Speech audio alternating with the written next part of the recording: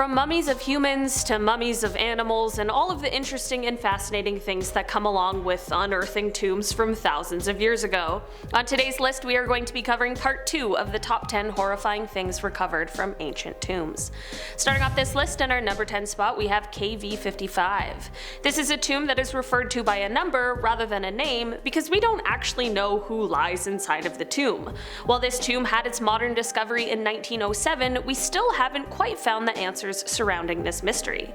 To make things a little more eerie, while the walls of the actual tomb are bare, which is bizarre, as you walk down the steps towards the tomb, you'll notice that there are some markings leading up to it.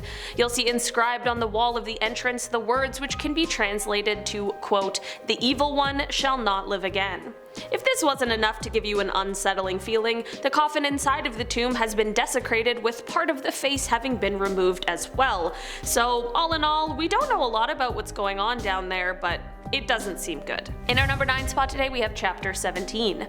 Archaeologists had a large and very exciting discovery as the 4,200-year-old funerary temple of Queen Nerit, who was the wife of the pharaoh Teti, was found. The recently excavated Siraka necropolis was stocked full of incredible treasures.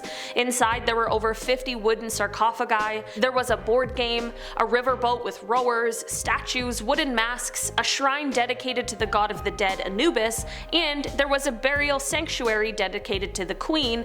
And while all of these are truly unbelievable finds, one of the most fascinating to researchers was a scroll from the Book of the Dead. The 13-foot long papyrus scroll, which is referred to as Chapter 17 of the Book of the Dead, acts as a chilling guide to the afterlife. In our number 8 spot today we have golden tongues. A team was working at a temple on the outskirts of the Egyptian city Alexandria when they discovered 16 burials in rock-cut tombs. It was here that they found some mummies that unfortunately had been poorly preserved over the last 2,000 years, but it was what they found with these mummies that was exceptionally interesting. Inside a few of the mummies' mouths were golden tongues nestled inside of their jawbones. It is thought that the dead were given these gold foil amulets that were shaped like tongues so that they could speak before the court of the god Osiris in the afterlife. Osiris is the god of fertility, agriculture, the afterlife, the dead, resurrection, life, and vegetation, and he was also the judge of the dead, so it is imperative that those headed to the afterlife impress him. When we break it down and understand why these gold tongues might have been placed with the bodies, it becomes less of a horrifying discovery and more of an absolutely fascinating one. In our number 7 spot today we have 5,000-year-old tombs. While researchers were working in the Dakalia province in the area where the Nile River drains into the Mediterranean Sea, they found something unbelievable. It was here that they unearthed tombs that were over 5,000 years old. 68 tombs from 3,300 BC during the Buto period were located, along with 5 that were from 3,100 BC during the Nakata III period. Some of the Buto tombs were found with the human remains in a squatting position, while the Nakata period vessels were more cylindrical and pear-shaped. This cemetery combines some of the earliest periods of Egyptian history along with some of the most important eras. Other cool things found in this area included ovens, stoves, pottery vessels, as well as amulets and scarabs, some of which were made out of semi-precious stones. In our number 6 spot today we have Marcus. Inside the necropolis of Porto Sarno, which was found in the ancient Roman city of Pompeii, a tomb was found which held the remains of Marcus Venerius Secundio, and these remains are the best preserved ones ever found in ruins. The partially mummified remains included hair and bones and even a partial ear, and they belonged to Marcus, who was a former slave who was able to rise through the ranks. This discovery was unusual because tests showed that Marcus died around the age of 60, and during Roman times adults were usually cremated. After being freed from slavery, Marcus was able to join a college of priests who were in charge of a form of emperor worship.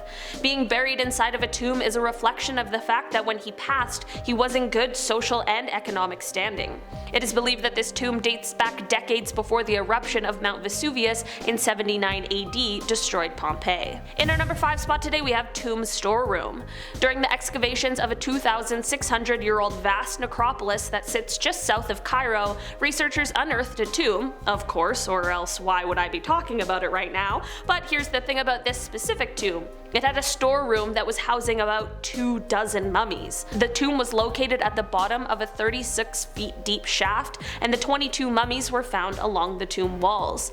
The mummies are believed to date back to 640 BC during the 26th dynasty, which was Egypt's last independent kingdom. Many of the mummies were unfortunately poorly preserved, so their identities as well as the reason why so many were put into one room is left as a bit of a mystery. In our number 4 spot today we have a Bronze Age tomb. Imagine you're a farmer in Ireland and one day you're just minding your own business and somehow manage to stumble upon an ancient tomb that's basically been untouched for thousands of years.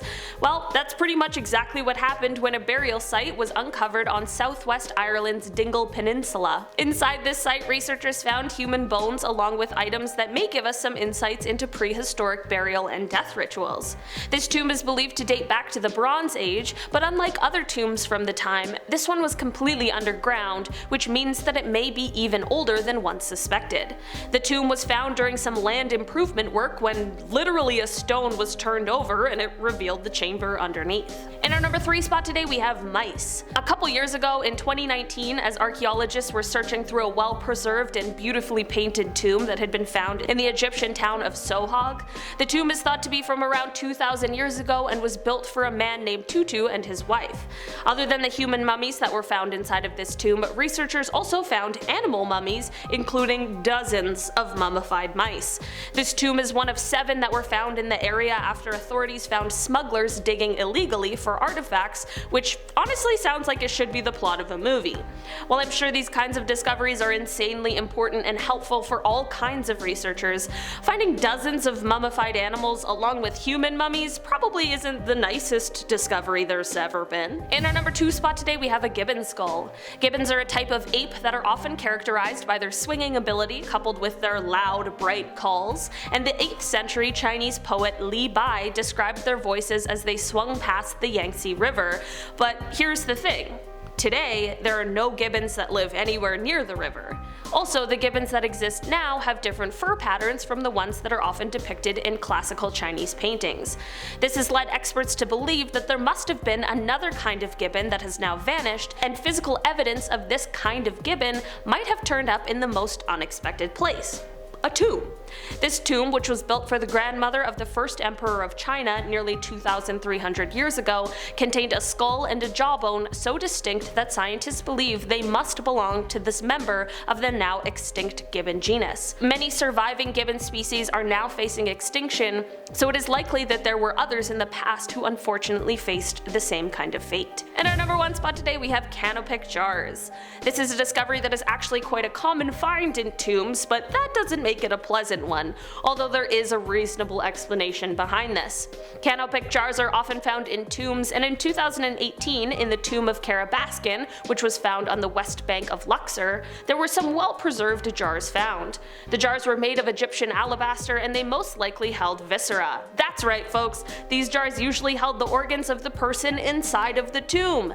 They were used during the mummification process in order to store and preserve the organs so that they could be used in the afterlife. There wasn't just one jar, but rather a jar for specific organs. While in modern times this is a gruesome discovery, it's also absolutely fascinating to see how people of the past cared for those who have passed away, as well as seeing how strong the belief in the afterlife used to be. Alright guys, that has been our list for today. Thank you so much for checking it out. I've been your host today, Olivia Kozlowski, and I'll see you next time. Bye!